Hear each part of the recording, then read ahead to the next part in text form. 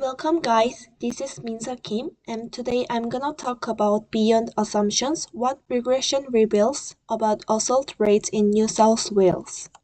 And this is learning objectives. By the end of this session, you will be able to understand the concepts of correlation, simple regression, and multiple regression. Apply regression analysis to real-world crime data. Interpret results and recognize how data can confirm or challenge common assumptions. In the news, we often see stories related to crime. For example, news about unemployed men being arrested or young people being taken into custody by the police. So I collected raw data from the ABS and created a table that shows the assault rates for each LGA in New South Wales, along with three key factors: the level of socio-economic disadvantage, the proportion of young people, and the unemployment rate. So this is the table I created using the data I extracted. Using this table, we will conduct several analyses to see how these factors are related to assaults. People often believe and say that if youth rate and unemployment rate is higher and social economic disadvantage is greater, the assault rate will be increased. Would you agree with that? And is it really true? Today I will use regression analysis to test whether these beliefs hold up when we look at real data. We will begin with correlation, then move to simple regression, and finally multiple regression to see how the results change when the analysis becomes more precise. Let's begin with correlation. So what is correlation? Correlation is a statistic that measures how two variables move together, with values ranging from -1 to +1. Positive correlation means they rise and fall together. Negative means that move in opposite directions, and values near to zero mean little or no relationship. We use correlation to check simple associations and patterns in data. And let's learn how to create correlation in the Excel. Here's a table and just go data here and data analysis and correlation. So the correct range is already selected. So from C1 to F129 and just leave it like this. And since we included the label in this range, so we will also click labels in first row. And when we look at our data, we find that SIFA and assault rate are negatively correlated at about -0.57. This means that higher socioeconomic status is linked to lower assault rates. Unemployment and assault rate have a positive correlation of about 0.28, suggesting higher unemployment is linked to more assaults. Youth and assault rate have a correlation of 0.15. At first glance, these correlations seem to confirm what people usually believe. But here is the problem. The independent variables themselves are also related.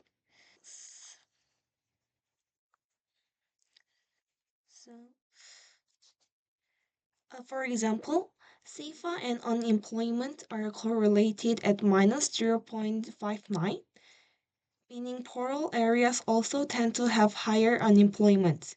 This is why correlation alone can be misleading. The limitation is correlation shows movement together but does not prove causation.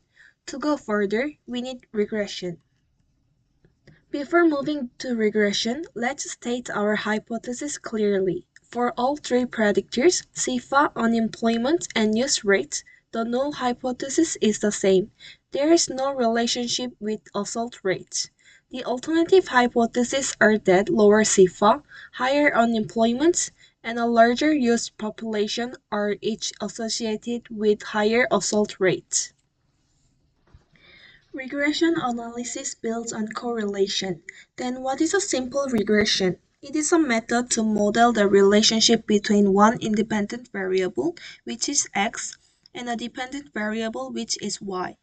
While correlation only shows whether two variables move together, regression allows us to estimate how much one variable predicts the other using an equation in the form y equals a plus b x.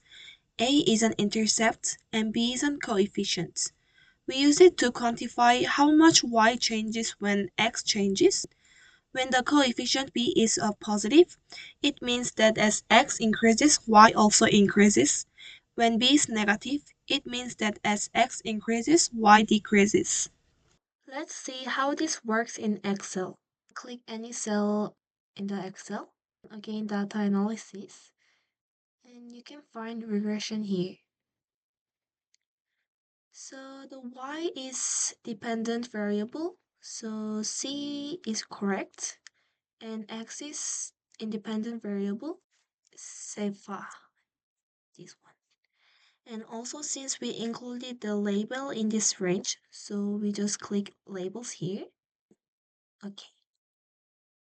Then this output will appear. The key parts we need to focus on in this simple regression output are four things. R squared, and F test and its p-value, and coefficients and p-value. So now I'm gonna talk about interpreting regression output. So R squared is a proportion of variance in y explained by x. So for example, R squared is 0.32. It means CIFA explains 32% of variation in oscillate rate. So the remaining 68% must be explained by other factors that are not included in this simple model. So while CIFA is an important predictor, it is not the whole story.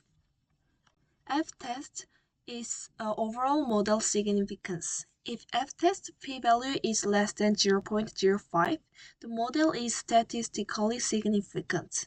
So for example, our model F-test p-value is less than 0.001, so the regression model is valid.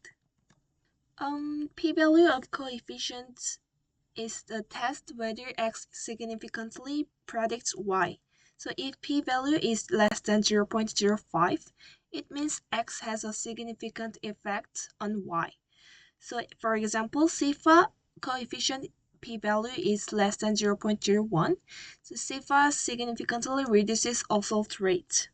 The coefficient of minus 3.08 means that for each 1 point increases in CIFA, the oscillate rate decreases by about 3. And in simple regression, we almost always use a scatter plot. A scatter plot gives us an intuitive picture of whether the relationship between two variables is positive or negative, whether it follows a straight line pattern, and whether there are. How to make a scatter plot? You can just select a range, like shift control down, and we can select everything here.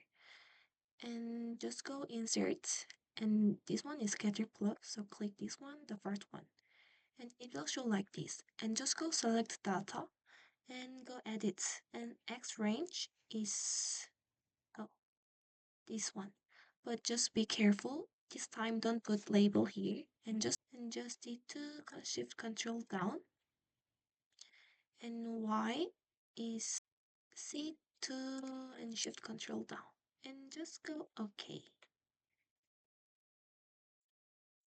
And just go access option, and minimum is 800 because it started from here, and maximum is just, let's say, 1100, and the y-axis we just say 2000, and major is 500. We can just put the straight line here, so add chart element and go straight line, and linear straight line here.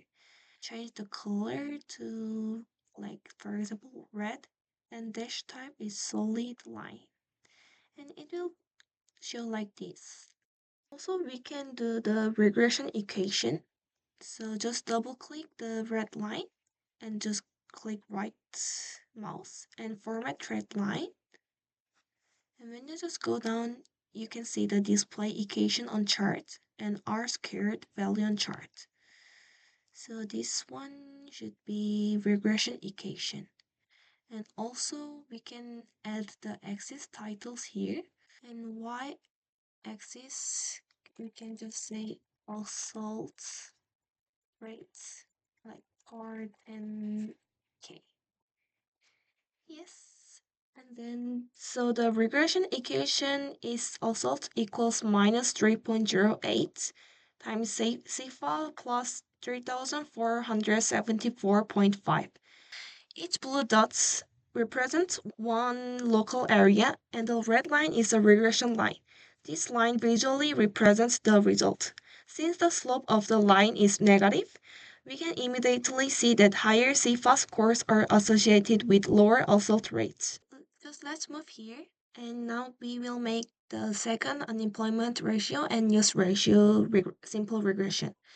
So same as CIFA, just go data and data analysis and just click regression. And Y is C, and this time X range is unemployment ratio, and click labels and click OK here. So, and then also we can make use rates regression.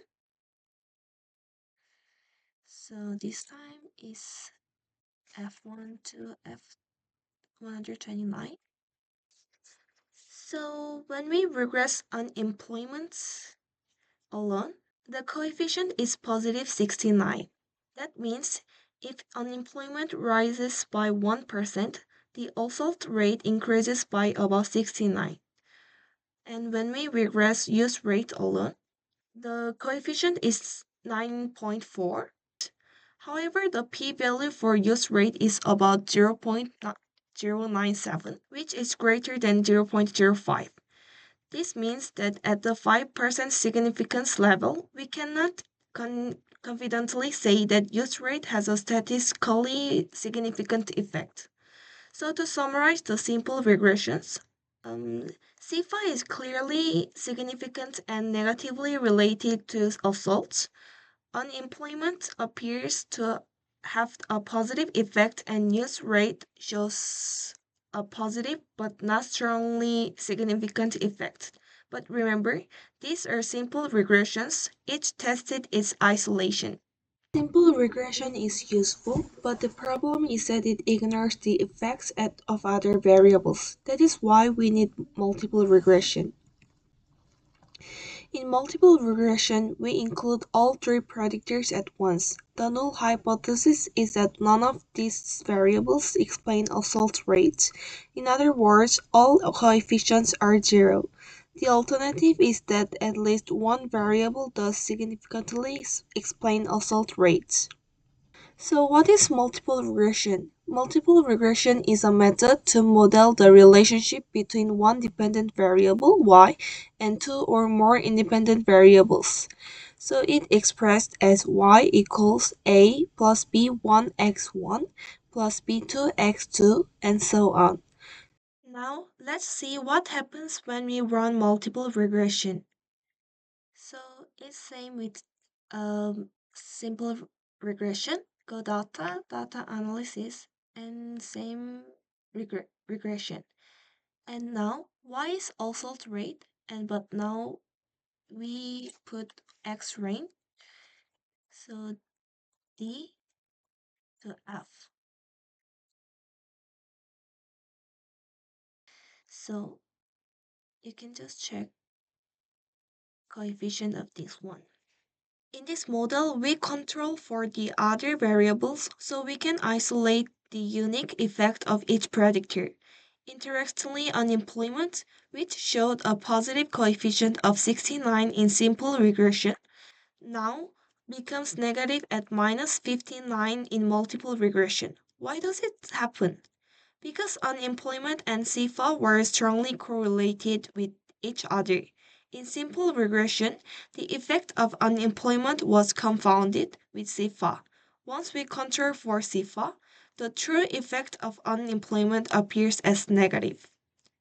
This is exactly why multiple regression is powerful. It reveals the true impact of each factor after accounting for the influence of the others. So, what do we learn from this analysis? We find that some common beliefs are correct. Areas with more young people and lower CFA scores face higher assault rates. However, unemployment does not lead to more assaults, as often assumed. In fact, the effect goes in the opposite direction. This is the real value of regression analysis. It allows us to move beyond assumptions, sometimes uncover completely new perspectives. And that is the essence of data-driven thinking. Finally, let's briefly reflect on the policy implications. These findings show that crime prevention cannot be solved by job creation alone. We also need policies that provide more support for young people, expand education, and reduce socioeconomic inequality between regions. This is the end of today's lesson. Thank you.